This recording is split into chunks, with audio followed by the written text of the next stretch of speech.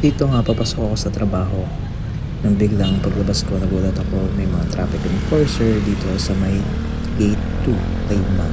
So ayan, kung maririnig nyo naman talagang busina ng busina ng busina ng busina yung kotse na nasa unahan, one of the indication na merong emergency at meron siyang sakay na kailangan dalhin kagad sa hospital. So, may mga previous scenario kasi na ikaw na yung nagbagandang loob tapos ikaw pa yung mapapasama.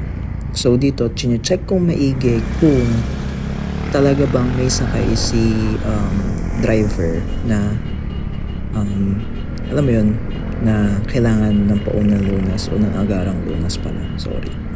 So, chine-check ko na maigi yung backseat niya kasi nakikita ko lang yung driver.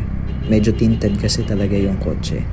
So, banda dito, nung na-confirm ko na meron talagang nakahiga dun sa likod ng sasakyan and merong isa pang tao na nakaalalay dun sa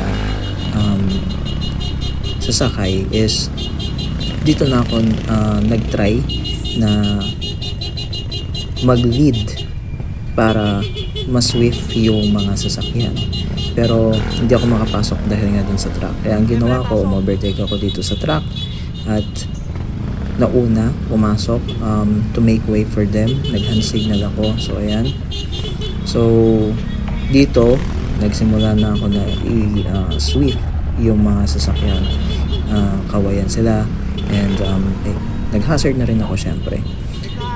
Alam mo kasi yung isa sa mga bagay na hindi ko ma-attend is yung mga driver na alam na nila talagang merong emergency dun sa likuran nila pero nagsasawalang bahala sila, nagsasawalang paki sila, nagbibingi-bingihan sila, ayaw nilang mag-give way, ayaw nilang tumabi. Mabuti na lang dito sa part na to is merong enforcer nandito sa may Barrio Road. Sa mga nakakaalam nitong lugar na to, sobrang traffic talaga din dito. So yan, inassist nila kami, nag-give way na. So kayo na bahala dito, panoorin nyo to.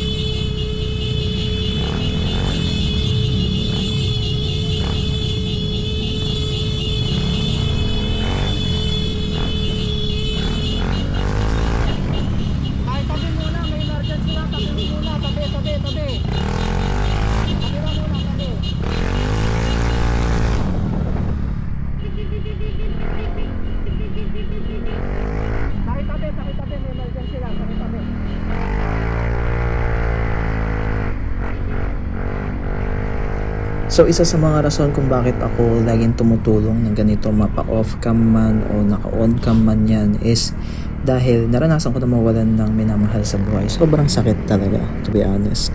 At isa pa, kahit ambulansya na yung dala mo, ang daming driver na hindi tumatabi kahit anong wangwang mo dyan.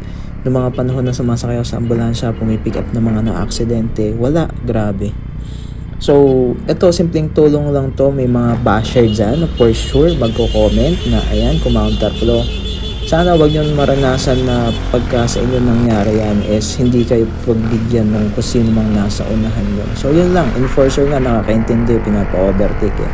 So, ingat ang lahat, ride safe, and sana ligtas yung dinala sa ospital. Yun lang.